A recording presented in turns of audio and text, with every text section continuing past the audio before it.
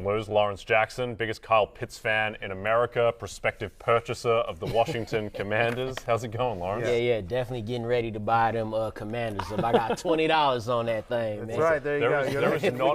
There's not a Commanders ownership fan. group. Yeah, if we all chip in a little bit, we got it, baby. We over there. We Absolutely. with Yeah, I don't know what your bona fides are to be able to run the Washington Commanders, but I guarantee that every Washington Commanders fan on the planet would rather have Lawrence Jackson. It's being on this show. Yeah. 1,000%. Yeah. 1,000%. Okay. Listen, this is, as a Commanders fan, this is our Independence Day. It is Independence Day. This is our Independence Day. Another film from 1994 with Shawshank Redemption. Right. I believe. That range. Exactly. All right. But you know what I did? I didn't ruin the ending for anyone. Yeah. Well, I think we all know how that ends. You don't like that. Yeah. All right. Let's start with Michael Carter and keep it open or close it out. And the premise of this, it's not that we're giving up on them for the whole season. It's just for this week. Are we keeping it open, starting them, or closing it out? How do you feel about Michael Carter against Buffalo? I don't want to do this, but I'm going to keep it close against Buffalo. First off, it's Buffalo. Now, I know that Michael Carter is a pass-catching running back, right? And I know that the Buffalo Bills are 63-point favorites in this game. So it's like maybe you could get It's only 50 off, yeah. yeah, maybe you could get some dump-offs at the end of the game, much like what he did against the Patriots. But the Buffalo Bills are only giving up a little over 4.5 receptions and 28 receiving yards per game to running backs. So, I mean, if you cool with that, that's okay. If you want to, sweat out the 10 points that he got last week versus New England, that's cool. I mean, those are flex numbers, right? So it's not all bad, but if I got to sweat this out, I got to keep it closed, man. I'm actually keeping it open here, right? Last week he had the most targets in a game since week 1 when he had 9, right? So, he had played over 50% of the snaps, offensive snaps in the last 2 games. They're playing the Buffalo Bills. They should be trailing in this game significantly, so he's part of the passing attack. I'm his running back 19 this week. I'm his top 20 play because, again, we just haven't seen it from James Robinson yet. So I'm actually going to keep it open on Michael Carter. Okay, they're 12.5-point dogs against Buffalo, so we expect some receiving work there. All right, Matthew, David Montgomery against the Dolphins. Khalil Herbert's our man, but David Montgomery still getting work in the offense. You're keeping it open or closing it out? Reluctantly keeping it open. The Miami Dolphins are a team that I believe you can run against, right? They're a top 5. Rushing defense, right? In terms of most rushing yards allowed, and so this is a team that you can run against here. I mean, we saw last week we saw Jamal Williams score twice, DeAndre Swift score against them as well, and so David Montgomery this last week, even though Khalil Herbert, we all think he's the better running back. The fact of the matter is that David Montgomery's the guy that saw all 3 goal line snaps in Week 8, as you see it here. This is what the splits were last week against the Cowboys. And so Montgomery got more work in the receiving game. They had the same amount of rushing attempts. So 17 total touches for David Montgomery. I don't like David Montgomery. You know what I mean? I don't. As a man? Yeah, as a person, as a man, as a fantasy football player. No, I don't like him, but it doesn't matter. They like him in Chicago, and they keep rolling him out there. So regardless of how much we want Khalil Herbert to happen, the fact is that David Montgomery is going to get half the work in a decent matchup with the Dolphins.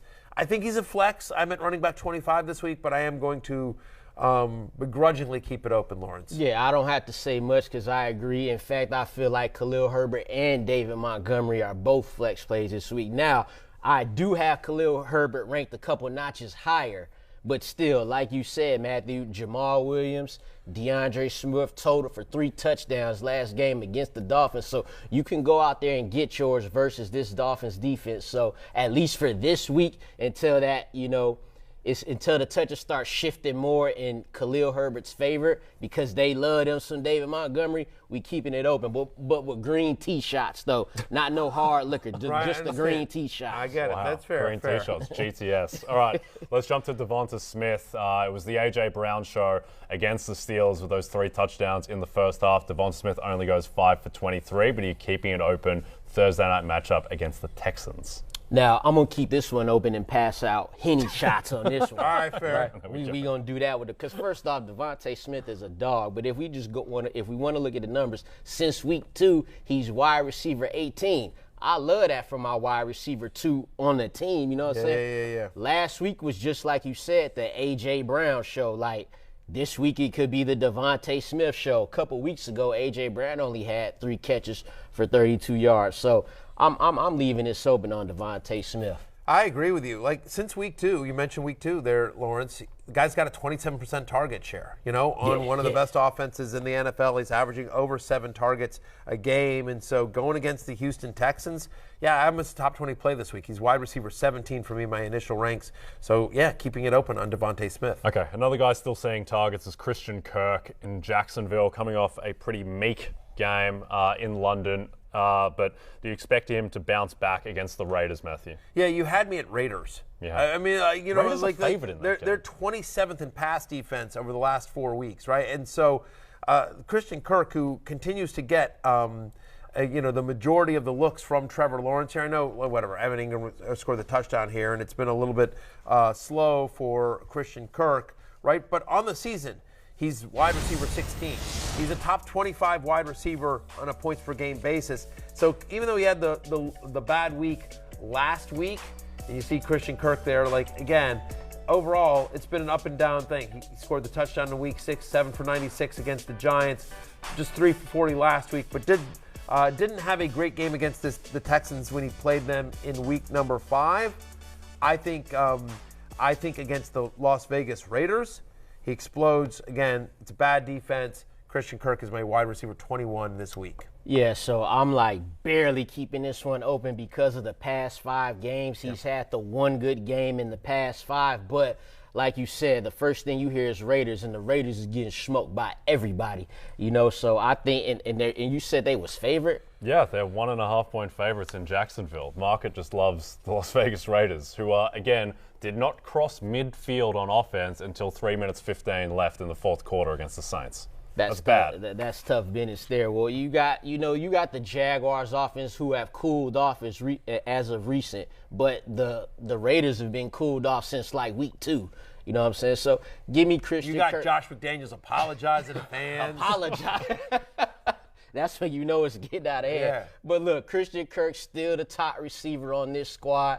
I'm going to keep that open just a little bit. All right, let's jump to another underperforming player in that matchup, Derek Carr, who came into the season as someone who potentially might have top 10 QB value, gets the new toy in Davante Adams. 15 for 26 and 101 passing yards against the Saints. It's not like the Saints are the 85 best defense at the moment. What are we doing with Derek Carr, Lawrence? I'm going to be so sober.